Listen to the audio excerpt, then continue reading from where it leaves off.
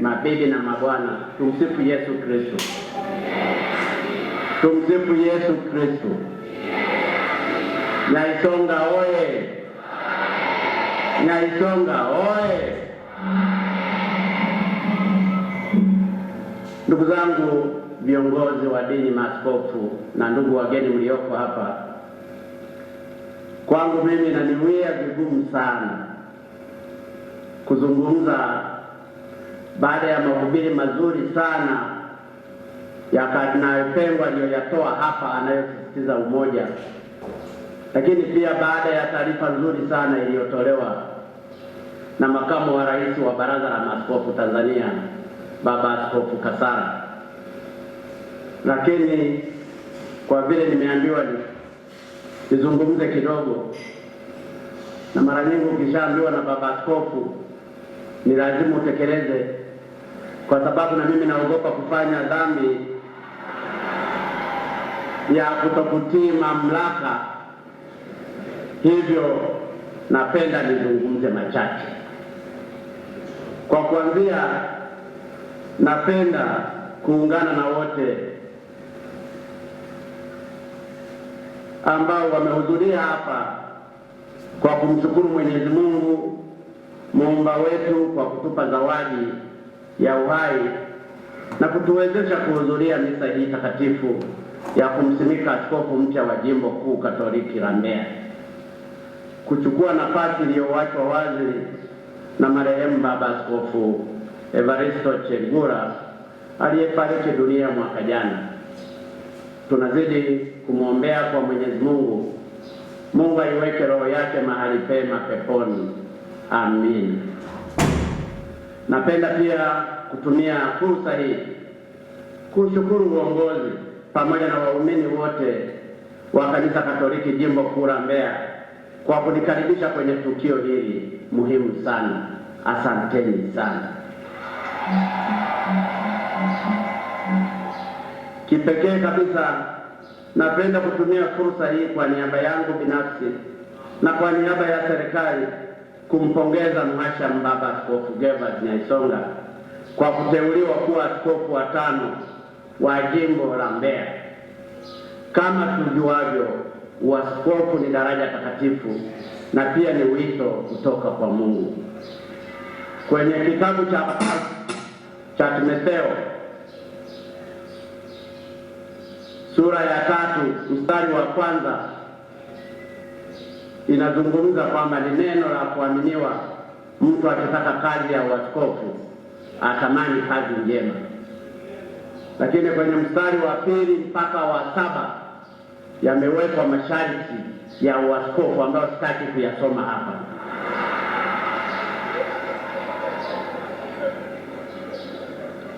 Na hasa ule mstari wa 4. Lakini pia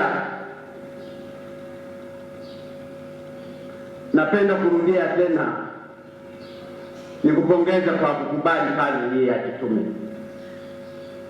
Umeungana na mitume wengine akina Petro, Yohani, Paulo, Luka na kadhalika, ambao na wenyewe waliitikia wito huu mtakatifu kutoka kwa Mwenyezi Mungu. Hongera sana Baba Askofu Nyaisonga. Nakumbuka zamani nikiwa mdogo, mimi pia nilitamani sana kuwa padri au kuwa askofu.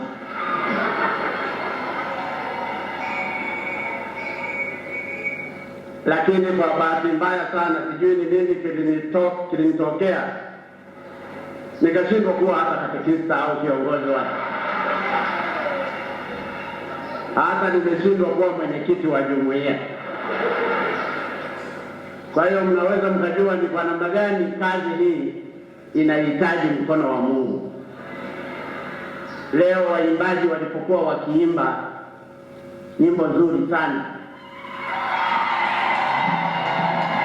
zimenikumbusha sana wakati ule. Zimenikumbusha sana wakati ule. Nikawa najiuliza nilikosea wapi?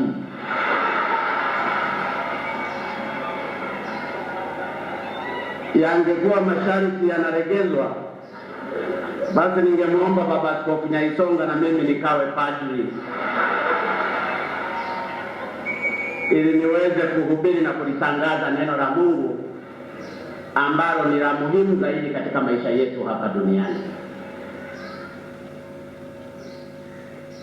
Baba Askofu na ndugu waheshimiwa viongozi wote, nimesema kuwa uaskofu ni daraja takatifu. Ni wito kutoka kwa Mungu. Kazi ya uaskofu kama zilivyo kazi nyingine ina changamoto zake. Sio kazi rahisi hata kidogo. Ni kazi ngumu. Na hili linathibitishwa kwenye waraka wa Mtume Paulo kwa Tito chapter ya kwanza sura ya 7 hadi ya 9. Naomba niyanukuu maneno yaliyomo pale. Anasema, maana imempasa askofu awe mtu asiyeshtakiwa neno kwa kuwa ni wakili wa Mungu. Asiwe mtu wa kujipendeza nafsi yake. Asiwe mwepesi wa hasira. Asiwe mlevi wala mgomvi. Asiwe mpenda mapato ya aibu, bali awe mkaribishaji, mpenda wema, mwenye kiasi, mwenye haki, mtakatifu, mwenye kudhibiti nafsi yake, akilisha lile neno la imani vile vile kama alivyofundishwa, apate kuweza kuwaonya watu kwa mafundisho yenye uzima na kuwashinda wenye kupinga. Mwisho wa kunukuu.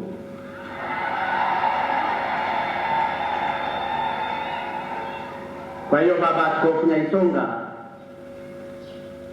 najua umeyasikia.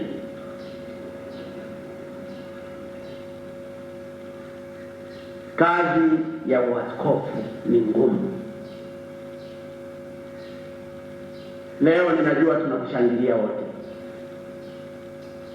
lakini kadri tunavyokushangilia, shetani anachukia zaidi. Lakini ninatambua aliyekuchagua ni Mungu. Atakufikisha salama katika kulisukuma gurudumu la jimbo kuu la Mbeya, ambalo kwa namna ya pekee leo ni siku muhimu sana kwa wana Mbeya. Tumepata jimbo kuu, lakini pia tumepata askofu mkuu.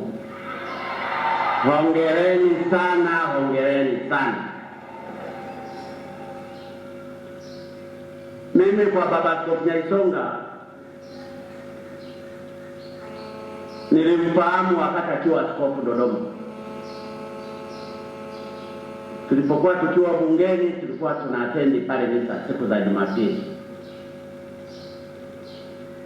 Lakini nimemfahamu zaidi Baba Askofu Nyaisonga wakati alipochaguliwa kuwa rais wa baraza la maaskofu. Yeye pamoja na makamu wake wakaomba kuja kuniona. Nikawakubalia. Nikamsikiliza alivyokuwa akizungumza. Nilimuona Baba Askofu huyu ni mnyenyekevu wa ajabu kweli kweli. Anayejua kujishusha, na nikamuona na upendo ndani ya moyo wake. Kwa hiyo sikushangaa Papa alipomteua kuwa askofu mkuu wa kwanza wa jimbo kuu la Mbeya. Baba Askofu Nyaisonga, hongera sana.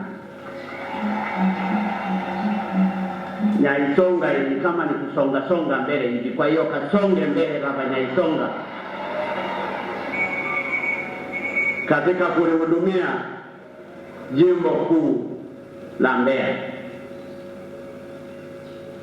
Baba Askofu na waheshimiwa maaskofu, mapadri, masista na viongozi wote, napenda pia kutumia fursa hii kutoa wito kwa waumini wa Jimbo Kuu Katoliki Mbeya kumwombea Baba Askofu mpya ili aweze kutimiza majukumu ya kuwaongoza kiroho na kiimani kama alivyotumwa na Mwenyezi Mungu.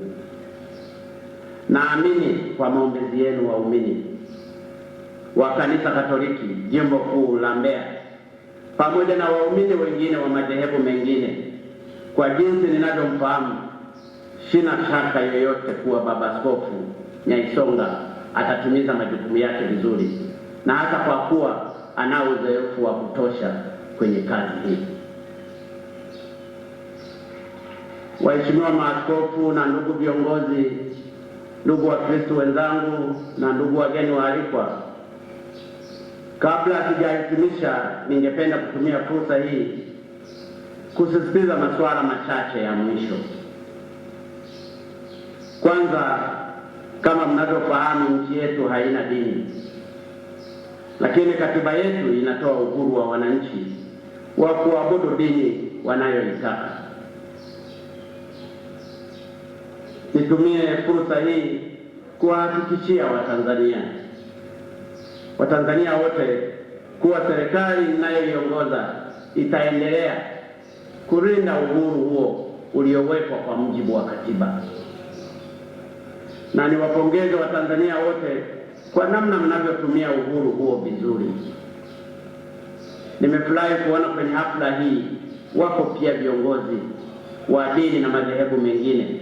Nimeona mashehe, nimeona maaskofu, lakini hata katika waumini kule wapo ambao sio Roman wamekuja hapa, wako Lutheran, huko Anglikana, wako Moravian. Hiki ni kitendo kimenifurahisha sana, ndugu zangu wa Mbeya. Licha ya tofauti zetu za kidini, sisi ni wamoja, na hii ni moja ya hazina kubwa tuliyoachiwa na waasisi wa taifa hili, hayati baba wa taifa Mwalimu Nyerere na hayati Mzee Abeid Amani Karume. Napenda pia kutumia fursa hii kuahidi kuwa serikali ninayoiongoza itaendelea kushirikiana na dini pamoja na madhehebu yote. Kama mnavyofahamu, dini ni taasisi nyeti na muhimu katika jamii. Pamoja na kutoa mafundisho ya kiroho na kiimani ambayo yanasaidia kuwafanya wananchi wetu kuwa raia wema, dini zina mchango mkubwa kwenye maendeleo ya nchi. Wapo Watanzania wengi wamepata huduma za elimu na afya na huduma mbalimbali kwenye taasisi za kidini. Hongereni sana taasisi mbalimbali za kidini. Kwa hivyo sisi kwetu taasisi za dini ni wadau wetu wakubwa wa maendeleo. Hii ndio sababu tunaahidi kuendelea kushirikiana na dini na madhehebu yote nchini. Nihitimishe ndugu zangu kwa kuwaomba viongozi wa dini nchini kuliombea taifa letu liendelee kukua kiuchumi na kuepukana na majanga mbalimbali.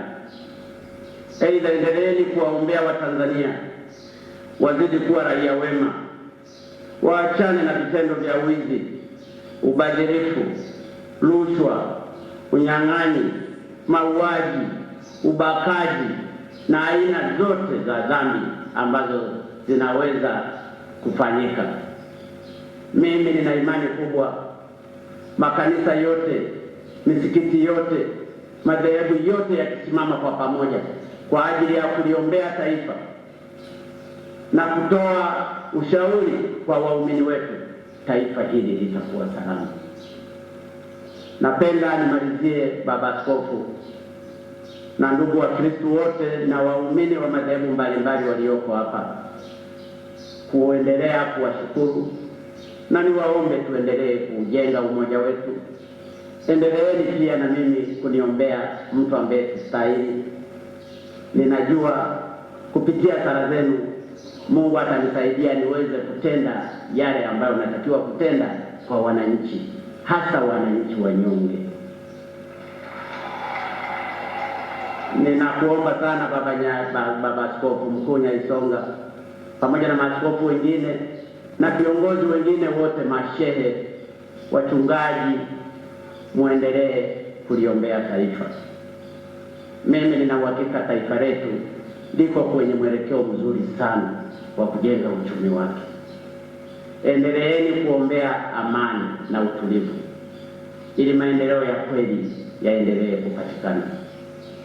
Baba Askofu na ndugu waumini wote na ndugu wageni waalikwa, sina maneno zaidi ya kuwashukuru. Leo nimefurahi, nasema nimefurahi, lakini mapadri nimewaonea wivu kweli. Ninawaonea wivu, nilitamani niwe huko kweli, na hili nasema kwa dhati kabisa. Kwa hiyo ninyi ambao mko huko, msitoke, mko pazuri, kwa sababu mimi nilikuwa huko, leo niko huku, natamani kuja huko.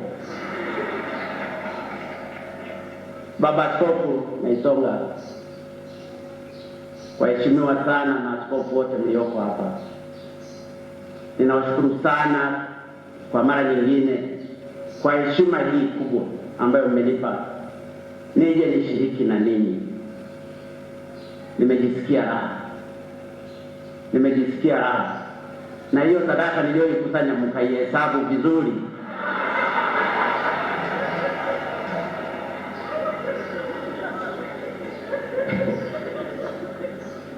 Nyaisonga oye! Ndugu zangu wakili, tunawashukuru sana, asanteni sana. Mungu awabariki sana.